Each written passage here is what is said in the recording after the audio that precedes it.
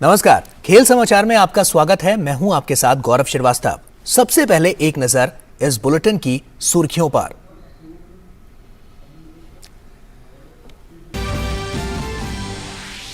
रूस के Daniel Medvedev ने ताजा जारी टेनिस रैंकिंग में हासिल किया शीर्ष स्थान। सर्बिया के नोवाक जोकोविच को छोड़ा पीछे। रैंकिंग में पहले स्थान पर पहुंचने वाले रूस के तीसरे खिलाड़ी बने।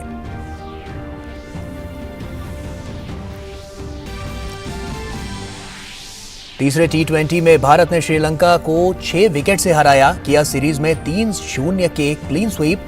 जीत के साथ टीम इंडिया ने हासिल की टी20 में लगातार 12वीं जीत। सीरीज में नाबाद 3 अर्धशतकीय पारी खेलने वाले श्रेयस अय्यर बने प्लेयर ऑफ द सीरीज।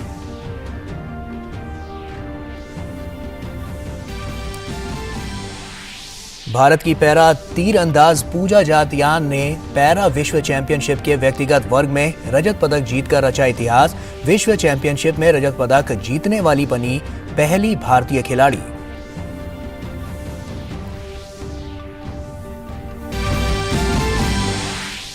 और लिवरपूल ने लीग के रूप में जीता सत्र का पहला खिताब। रोमांचक फाइनल मुकाबले में लिवरपूल ने चेल्सी को पेनाल्टी शूटआउट में 11-10 से दी शिकस्त।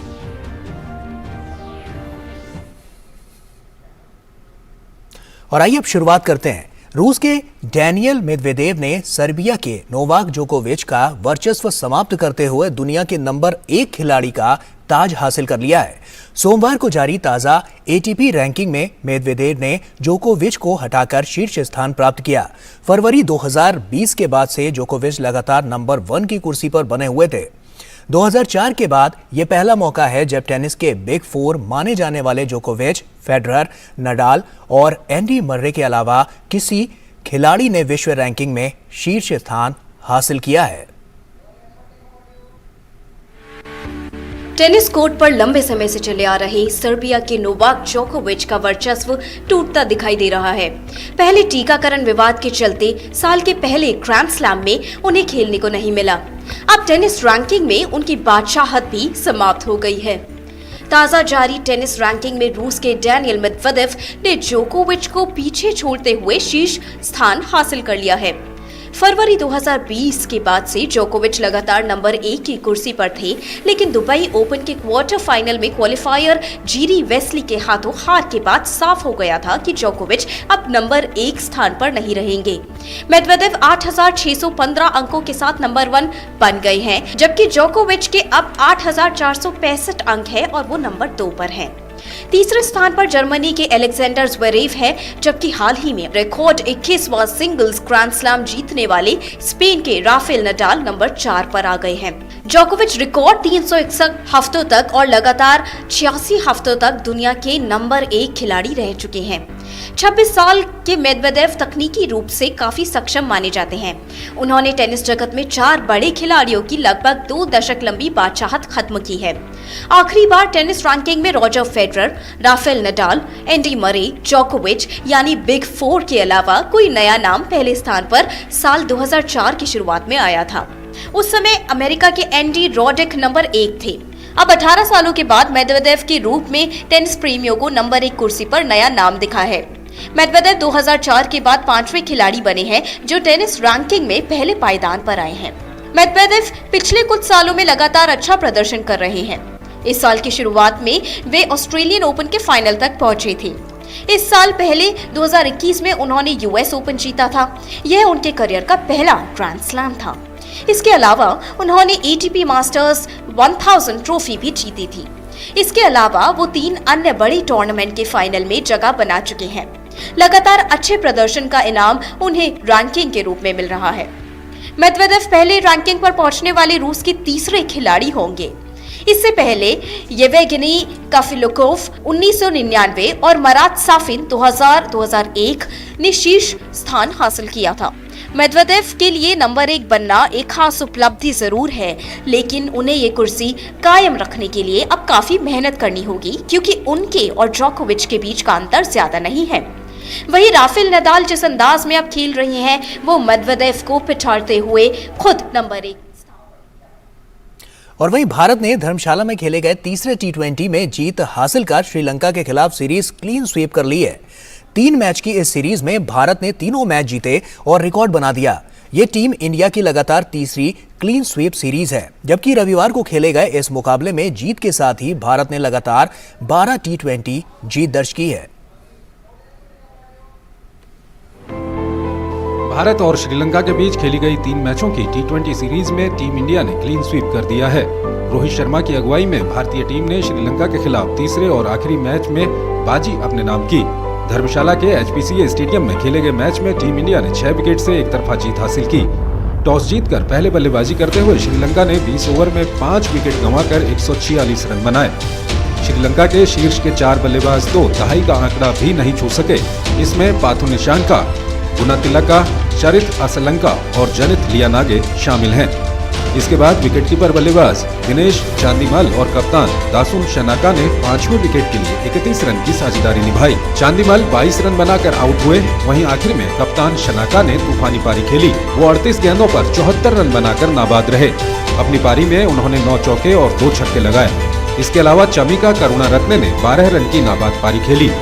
भारत की ओर से आवेश खान ने 2 विकेट लिए, वहीं मोहम्मद सिराज, हर्षल पटेल और रवि बिश्नोई को एक एक विकेट मिला।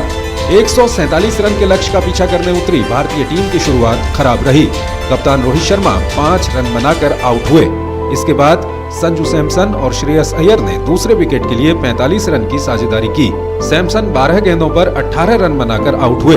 इसके बाद श्रेयस ने दीपक हुडा के साथ तीसरे विकेट के लिए 48 रन की साझेदारी निभाई। हुडा 16 गेंदों पर 21 रन बनाकर आउट हुए। वेंकटेश अय्यर 4 गेंदों में 5 रन बनाकर आउट हुए। इस बीच श्रेयस ने T20 अंतर्राष्ट्रीय करियर का 6ठा अर्धशतक लगाया। ये इस सीरीज में उनकी लगातार तीसरी 50 रही। श्रेयस ने रविंद्र जडेजा के साथ मिलकर भारत को जीत दिलाई। श्रेयस ने चौके के साथ मैच को खत्म किया। वो 45 गेंदों पर 73 रन बनाकर नाबाद रहे। इसमें 9 चौके और 1 छक्का शामिल है। वहीं जडेजा 15 गेंदों पर 22 रन बनाकर नाबाद रहे। श्रीलंका की ओर से लाहिरू कुमारा को 2 विकेट मिले। इसके अलावा दुश्मन चमीरा और चमिका करुणारत्ने को एक एक विकेट मिला। गौरतलब है कि भारत ने पहला मैच 62 रन और दूसरा T20 7 विकेट से जीता था।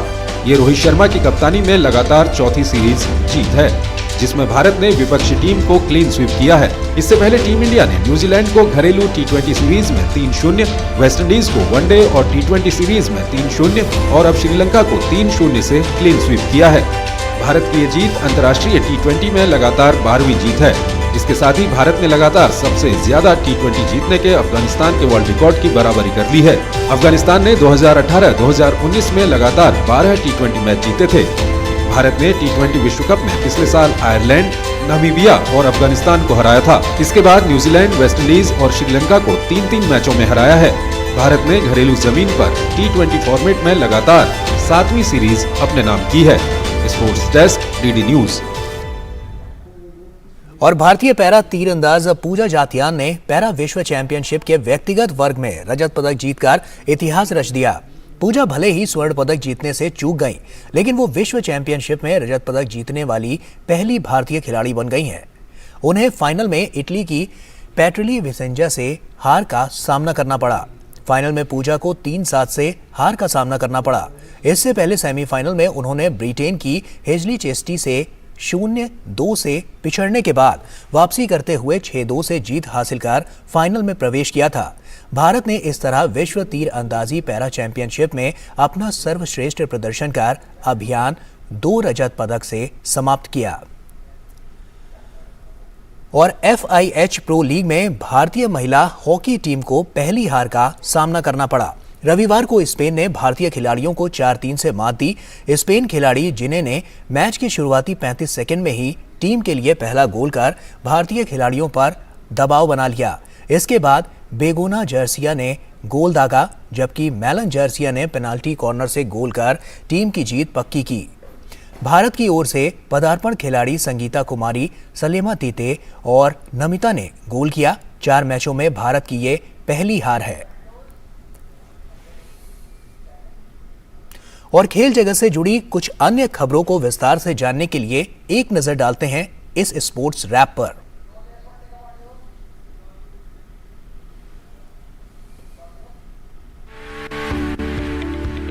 यूक्रेन के खिलाफ युद्ध छेड़ने के बाद रूस के राष्ट्रपति व्लादिमीर पुतिन खेल जगत के निशाने पर आ गए हैं। इंटरनेशनल जूडो फेडरेशन ने पुतिन को एक तगड़ा झटका दिया है। रूस के राष्ट्रपति Vladimir Putin international judo federation में अध्यक्ष पद पर काबिज थे, साथ ही संस्था में एम्बेसडर भी थे। अब जूडो फेडरेशन ने बयान जारी कर पुतिन को दोनों पद से सस्पेंड कर दिया है। यह फैसला यूक्रेन के खिलाफ जंग छेड़ने के विरोध में लिया गया है। रूस और यूक्रेन के बीच चल रही जंग से पूरी दुनिया प्रभावित हो रही है। खेल जगत पर इस जंग का खासा प्रभाव पड़ा है। इसी कड़ी में English football club Chelsea FC के मालिक रोमान अब्रामोविच ने क्लब को चलाने की जिम्मेदारी चेल्सी चैरिटेबल ट्रस्ट को सौंप दी है।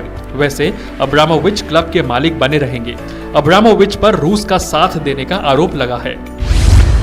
भारत और श्रीलंका के बीच 4 मार्च से 2 टेस्ट मैचों की सीरीज की शुरुआत होगी। पहला टेस्ट मोहाली में खेला जाएगा। यह विराट कोहली के टेस्ट करियर का 100वां टेस्ट होगा। वहीं 12 मार्च से दूसरा टेस्ट बेंगलुरु में खेला जाएगा। यह टेस्ट डे नाइट होगा। इस टेस्ट मैच के लिए दर्शकों को स्टेडियम में एंट्री करने की अनुमति मिल गई है। दूसरा टेस्ट पिंक बॉल से खेला जाएगा। कर्नाटक स्टेट क्रिकेट एसोसिएशन ने बेंगलुरु के एम चिन्नास्वामी स्टेडियम में होने वाले इस मैच में 50% दर्शकों को स्टेडियम आने की अनुमति दे दी है। इसके लिए टिकटों की कीमत भी तय कर दी गई है। टिकटों की बिक्री 1 मार्च से शुरू होगी।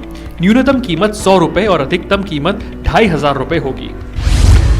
पाकिस्तान सुपर लीग 2022 सीजन में लाहौर कलंदर्स टीम चैंपियन बनी। उसने पहली बार खिताब जीता है। शाहीन शाह अफरीदी की कप्तानी में लाहौर टीम ने फाइनल मुकाबले में मुल्तान सुल्तान्स टीम को 42 रन से करारे शिकस्त दी।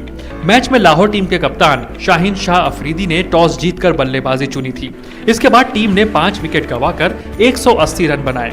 जवाब में मोहम्मद रिजवान की कप्तानी वाली मुल्तान टीम 19.3 ओवर में 138 रन बनाकर सिमट गई। लाहौर कलंदर्स का ये दूसरा फाइनल था। इससे पहले 2020 में उसे कराची के हाथों हार मिली थी। भारत के पूर्व क्रिकेटर विनोद कांबली को रविवार को मुंबई पुलिस ने गिरफ्तार कर लिया। उन पर मुंबई के बांद्रा में स्थित अपनी आवासीय सोसाइटी के गेट में अपनी कार से टक्कर मारने का आरोप है। हालांकि बाद में उन्हें जमानत पर रिहा कर दिया गया। ये पहली बार नहीं है जब कांबली किसी मामले में फंसे हैं। इससे पहले भी 2015 में उन पर और उनकी पत्नी पर नौकरानी ने गंभीर आरोप लगाए थे। 2015 में कांबली और उनकी पत्नी एंड्रिया हेविट के खिलाफ एफआईआर दर्ज की गई थी। Sports desk DD news.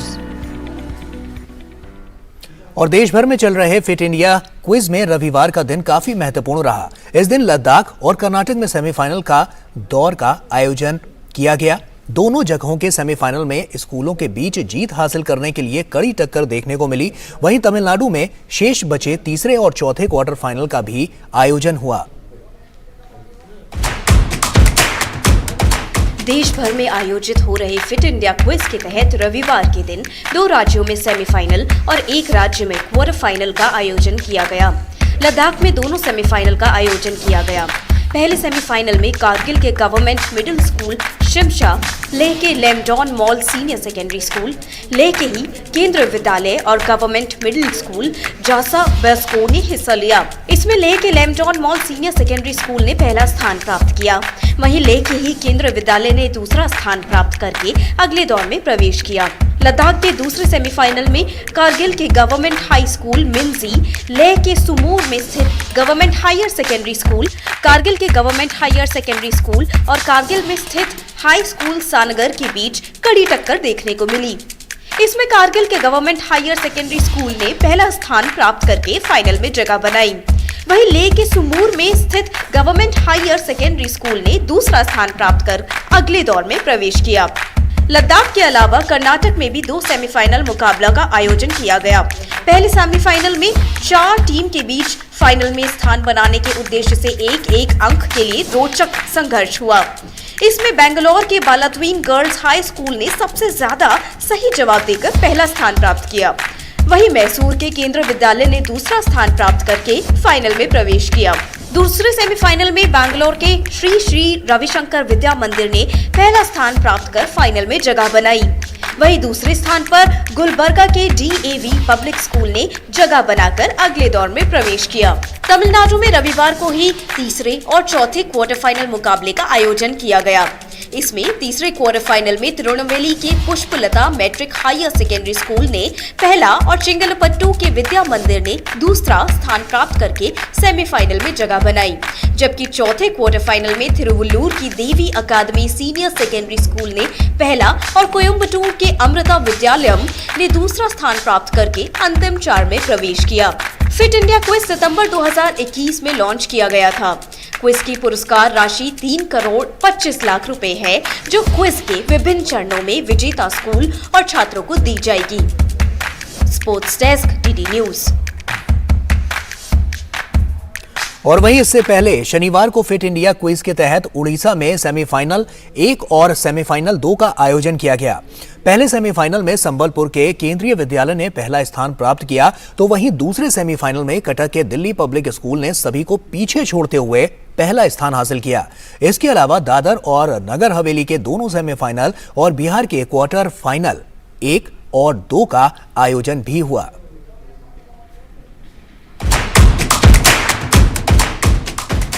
देश के समृद्ध खेल इतिहास के बारे में छात्रों के बीच जागरूकता पैदा करने और फिटनेस के मंत्र को जन जन तक पहुंचाने के उद्देश्य से शुरू की गई फिट इंडिया क्विज का इन दिनों राज्य स्तरीय चरण आयोजित किया जा रहा है। इसी कड़ी में शनिवार को उड़ीसा, दादरा और नगर हवेली में सेमीफाइनल का आयोजन किया गया।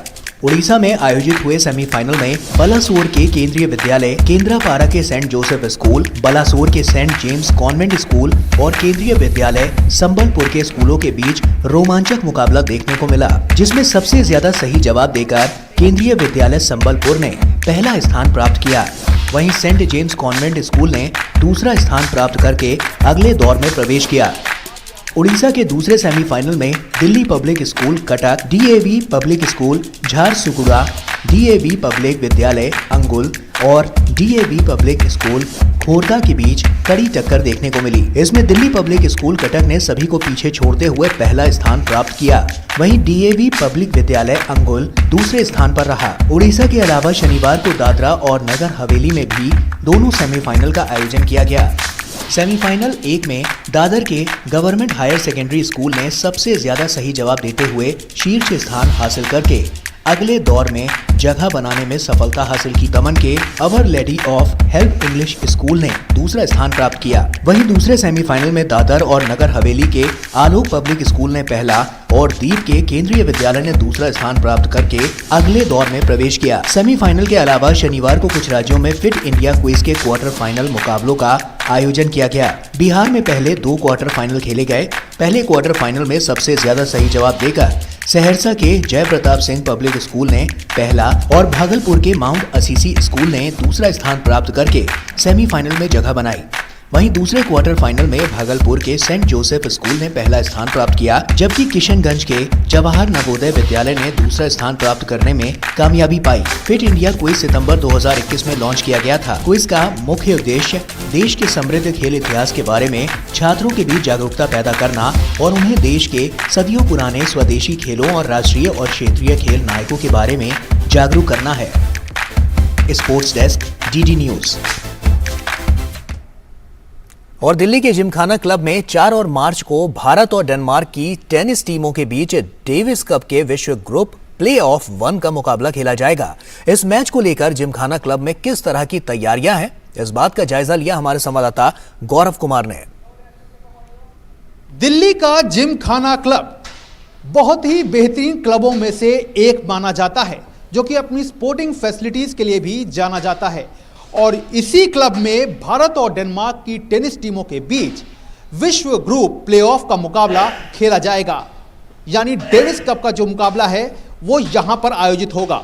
और इस मुकाबले के लिए ये जो जिमखाना क्लब है और इसका जो ग्रास कोर्ट का जो मैदान है, जो कोर्ट है, वो पूरी तरह से तैयार दिख रहा है। आप देख सकते हैं कि किस तरह से इस पूरे कोर्ट को तैयार किया गया है। ये वही कोर्ट है जहां पर मुकाबला आयोजित होगा। तो पूरा रखरखाव जो है वो बहुत अच्छे तरीके से किया गया है।